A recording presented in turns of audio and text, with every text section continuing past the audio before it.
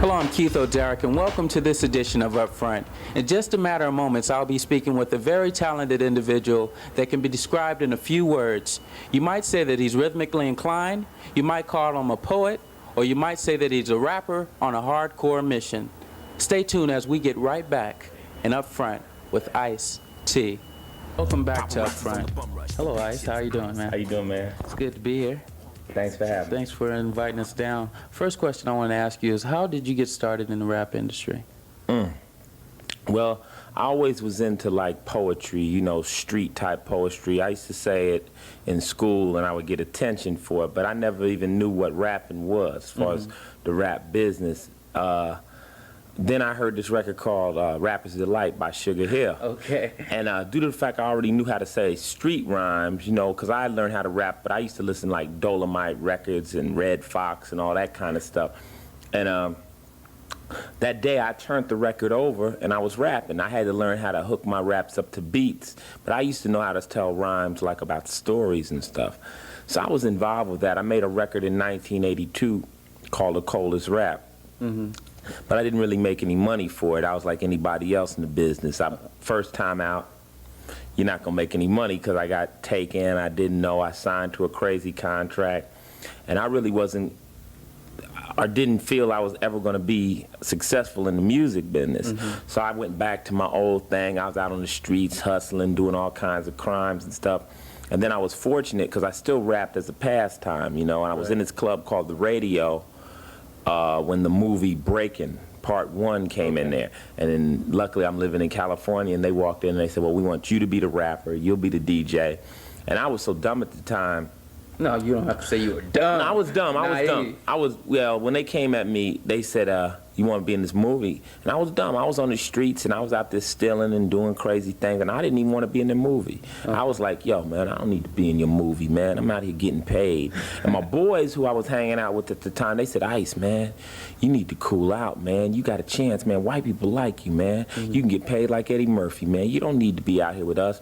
And that's when I really realized that they had low self-esteem. They knew what we were doing was wrong. And they kind of pushed me into it. They kind of shut me out. Wouldn't allow me to be down with any of that negative stuff for a while. And I slowly got involved with the rap scene. It took me about 6 years to get here. But in that 6 years, all of them either been to prison, 2 of them are in jail, life sentences without possibility of parole, the rest of them are dead. It's kind of like they knew, because now it's like they're living their life through me. It's like, if Ice is successful, I can be successful. Something can happen for me. It's not like they leeching. They just see me holding the door open that nobody else could get that door open for them. That door has applications and rules and regulations.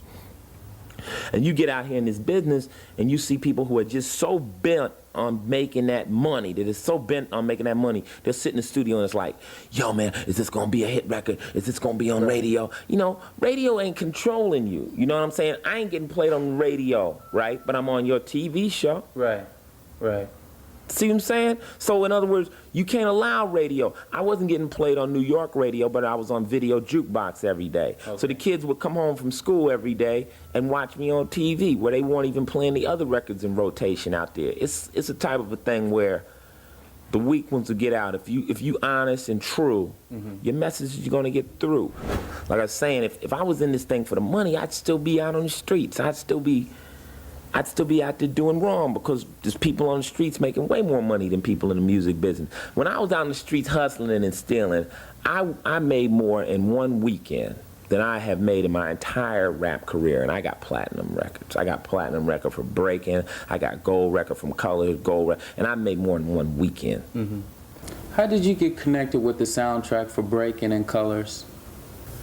Well, see, the Breaking soundtrack, like I'm saying, it was something that I was just in the right place at the right time. I was totally out of touch with the rap scene, but I was a rapper, you know. We would go into clubs and my boys would be like, yo, Ice, man, why don't you going up on the stage and rap? I'm like, man, I ain't rapping, man. I ain't rapping. But they knew if I rapped, they could get girls. Girls would come to them. So what they would do is go to the DJ and pay him off. Like we go into Red Onion, and then, no, there's no rapping here. Give the man a few $100. Next thing you know, I'm DJing in the club. You know? So I'm up here rapping in this club Radio, which this guy named Alex Jordan gave me a break at, and the movie guys just walked in, and they just said, hey, man, we want you to be in the movie. So I was in the movie, and this guy named Chris Taylor, he asked him, he said, hey, why don't you let us make a song in this movie? And I think the movie was as real as he could get it, you know. I don't think he sensationalized. I actually think he de-glamorized gangs in Los Angeles, because gang members don't all live in burnt-out houses. A lot of them are riding around in Ferraris and Benzes right now. So he asked me to come see the movie, and I sat up and I looked. I went in there with an attitude, because I had been involved with the gangs when I was in high school. And I'm like, what does this man know about gangs? You know, I want him. So I watched the movie and I said, well, he didn't make the cops look like angels. He didn't make the gangs look like angels. Don't be afraid to say, hey, let me, or you're not going to get anywhere. From looking at that Colors video, there's a message behind how that all came together. Can you tell us about that?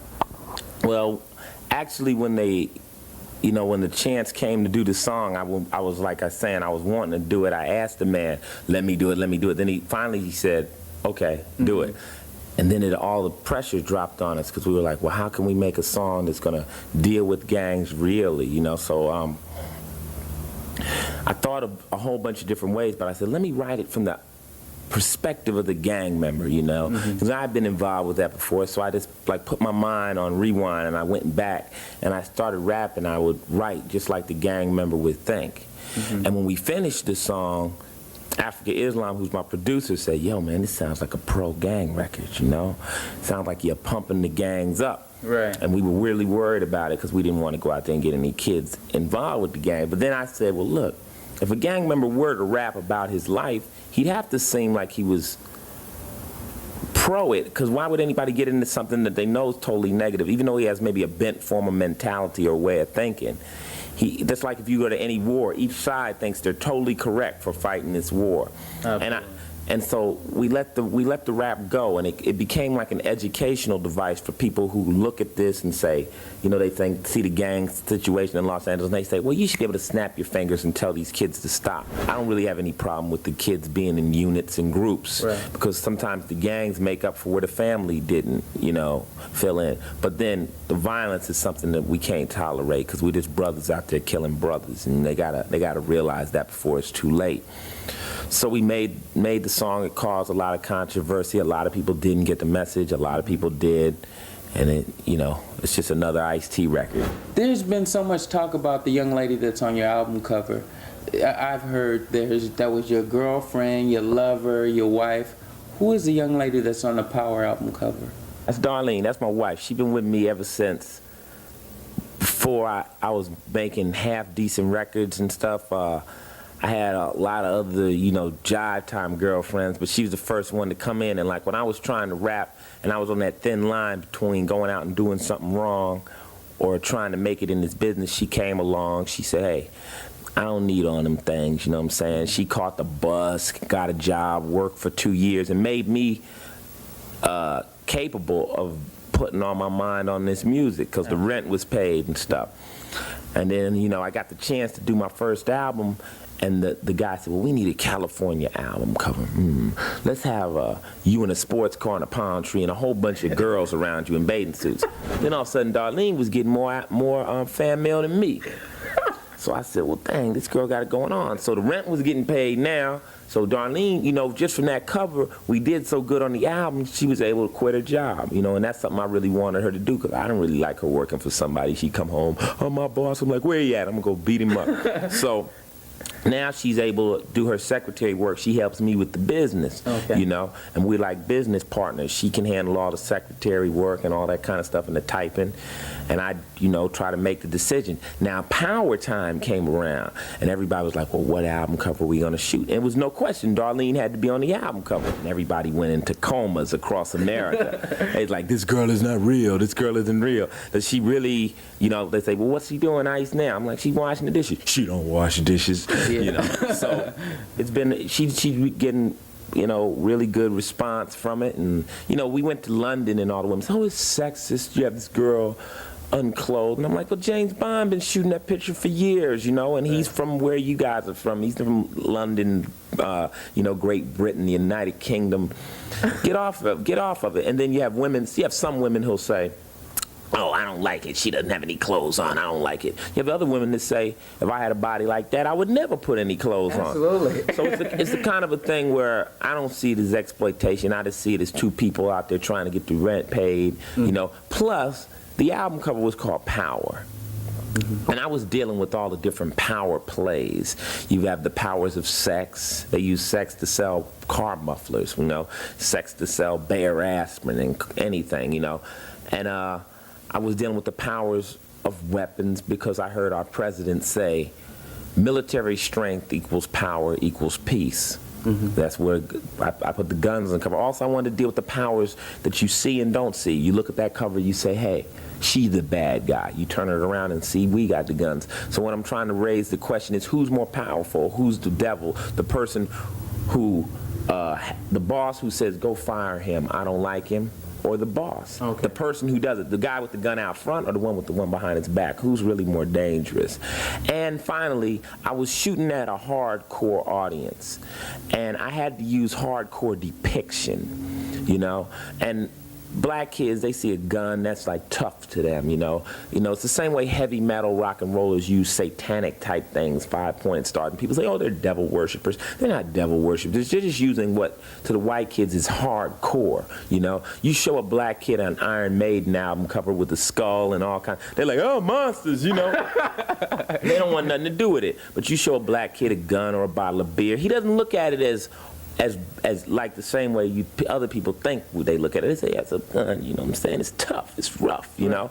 And I draw those kids in with that gun, and then hopefully when they listen to my music, they realize, yo, if I use this gun, man, this is what trouble I'm gonna be in. Right. So it's a technique to grab that audience, and I think I got them, you know, and hopefully they learn.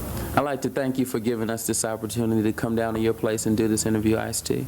Well, thanks for having me anytime, man. You know, you're always welcome here. Absolutely. And I'd like to thank you for tuning in to this edition of Upfront. And if you'd like to write to us, we'd love to hear from you. Until next time, I'm Keith O'Derrick with Ice-T saying keep your head to the sky and keep your dreams alive. So long.